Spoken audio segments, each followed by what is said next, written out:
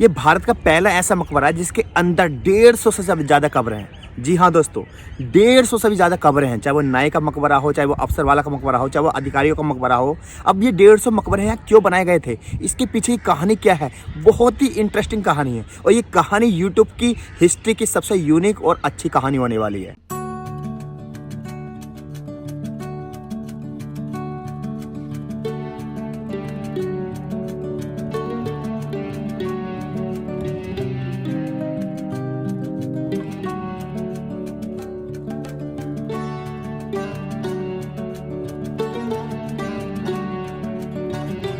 दोस्तों आपको पता होगा, महल में एक इंसान 50 साल, 60 साल या 70 साल जी सकता है, इससे ज़्यादा नहीं जी सकता। लेकिन उसके द्वारा बनाई गई अपने कब्र में द डे ऑफ जजमेंट तक एक लंबे समय तक जी सकता है। यानी इंसान के लिए प्रायोरिटी क्या थी पहले के लोगों के लिए, महल या कब्र? जी हाँ दोस्तों, कब्र। क्योंकि महल में इंसान 50 साल या 60 साल या 70 साल रह सकता है, लेकिन कब्र में द डे ऑफ जजमेंट से पहले वो हज़ारों साल, हो सकता है लाखों साल तक रहे। कैसे हो दोस्तों, एक और ब्लॉग में स्वागत है। और आज मैं आपको लेकर आया हूँ हुमायूं का मकबरा। जी हाँ दोस्तों, ये केवल हुमायूं का मकबरा नहीं है, इतना मान लीजिए यहाँ पर 150 से ज़्यादा कब्रें हैं। अब ये कब्रें क्यों बनाई गई थी, इसे ये मान लीजिए मुगलों का कब्रिस्तान ही बोला जाता है। इसकी वजह क्या है, इसके पीछे लॉजिक क्या है कि लोग पहले महल से ज़्यादा प्रायोरिटी जो देते थे वो मकबरे को देते थे। तो दोस्तों हमने टिकट ले लिया है और हम अंदर जो है एंट्री कर चुके हैं। दोस्तों जैसे ही आप अंदर आएंगे तो आपको लेफ्ट साइड पर एक जो है बाग मिलेगा, यानी पहले गार्डन हुआ करता था और ये गार्डन जो है बू हलीमा का हुआ करता था, जो एक तरीके से अब तो खराब ही हो चुका है। तो ये लेफ्ट साइड है इसकी जब आप एंट्री करते हो तो। वहीं दोस्तों राइट साइड की बात करें तो यहाँ पर आप ईसा खान का मकबरा देख सकते हैं, जो बहुत ही शानदार है। और बताना चाहता हूँ कि ईसा खान का मकबरा जो है शेरशाह सूरी के दरबार में ये जो है आमिर थे और ये 20 साल पहले का है, यानी हुमायूं के मकबरे से पहले। अभी हम अंदर आ चुके हैं और यहाँ से आप देखने वाले हैं बू हलीमा का मकबरा। ये देखिए, ये बू हलीमा का मकबरा बहुत कम लोग जानते हैं।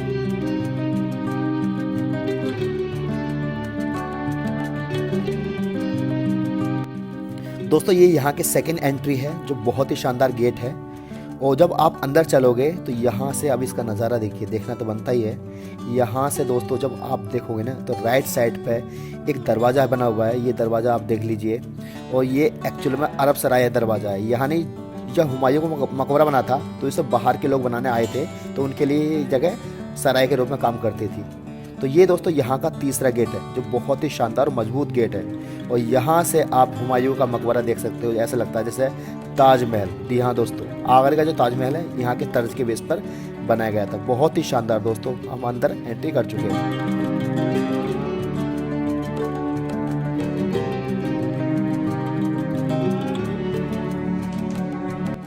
दोस्तों एक सवाल तो जरूर उठता है कि आखिर किले से ज़्यादा मकबरे क्यों बनाए गए थे, क्योंकि इंडिया के अंदर सबसे ज़्यादा आप मकबरे देख सकते हो मुगल दौर के। मेरा एक सवाल है आपसे, आप अपने बनाए हुए मकान में कितने साल रह सकते हो? 50 साल, 30 साल, 40 साल, उसकी भी कोई गारंटी नहीं है। बट आपका जो घर है, चाहे वो हिंदू धर्म या मुस्लिम धर्म के हिसाब से शमशान घाट हो सकता है या कब्रिस्तान हो सकता है। यही मुगल लोग करते थे। जितने भी मुगल आए हैं या जितने भी पहले राजा महाराजा रहे हैं, उन्होंने सबसे पहले क्या तैयारी की है, मरने से भी पहले वो अपने मकबरे बना देते थे। यहाँ देखोगे, यहाँ पर मकबरे बने हैं। अब ये एक विषय हो सकता है कि मकबरे पक्के नहीं होने चाहिए, आई एग्री। दोस्तों क्या कभी आपने सोचा है कि यहाँ हुमायूं के मकबरे में 150 कब्रें क्यों बनी हुई हैं? इसके पीछे एक बहुत बड़ी वजह है, एक बहुत बड़ी कहानी है। पर इतना समझ लीजिए कि ये मुगलों का कब्रिस्तान है। जी हाँ दोस्तों, यहाँ आपको 150 से ज़्यादा जो है मुगलों की कब्र मिल जाएंगी। चाहे उसमें अफसर रहे हों, चाहे उनके नाई रहे हों, चाहे उनके राजा रहे हों, चाहे उनकी प्रजा रही हो, चाहे उनके अपने अधिकारी क्यों ना रहे हो, सबकी कब्र आपको जो है यहाँ पर मिल जाएगी। दोस्तों आपने एक बात तो सुन रखी होगी, जितने भी राजा महाराजा रहे हैं पहले वाले, वो मरने से पहले अपनी कब्र की तैयारी कर लिया करते थे।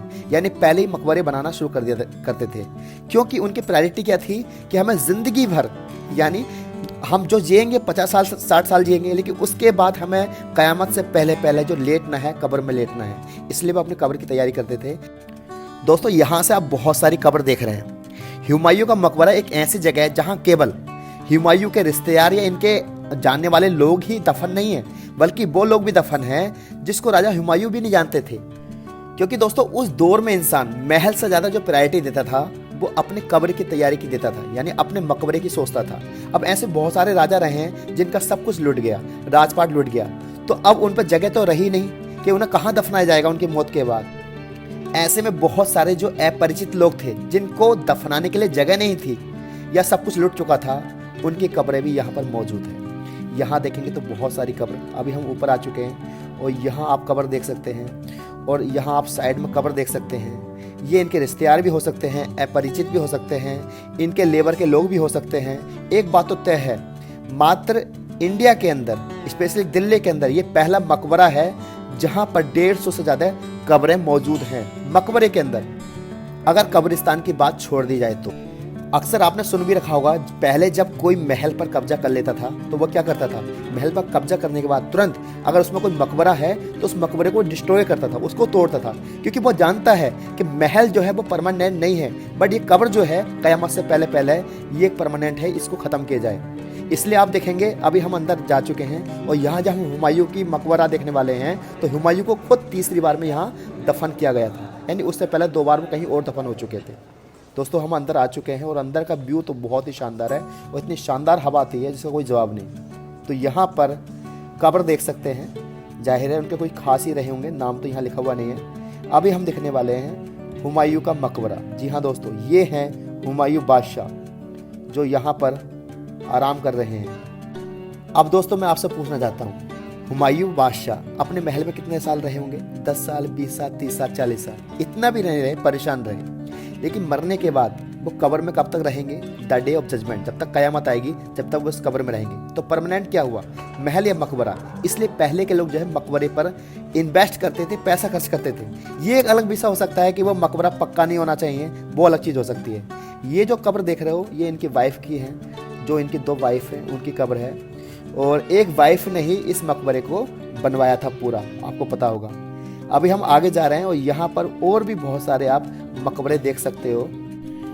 दोस्तों आप देख सकते हो कितने सारे मकबरे हैं, और इसलिए इस जगह को मुगल दौर की सराय भी बोला जाता है, क्योंकि जो भी इंसान आता था वो यहाँ पर ठहरता था और उसके बाद यहाँ भी बहुत सारे लोगों को दफन किया गया उसके बाद। अब दोस्तों आप सोच रहे होंगे इस मकबरे में ही 150 मकबरे क्यों हैं और किसी मकबरे में क्यों नहीं है? इसका भी एक रीजन है जो मैं बताने वाला हूँ।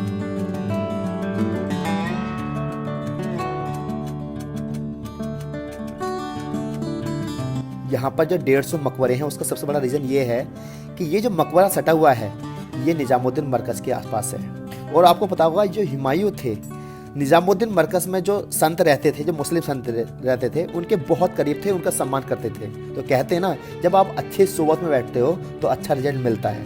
राजा हुमायूं जो थे वो मुरीद थे किनके? निजामुद्दीन औलिया के, और यही असर उनकी ज़िंदगी में पड़ा। यहाँ आप देख सकते हैं नाई का मकबरा।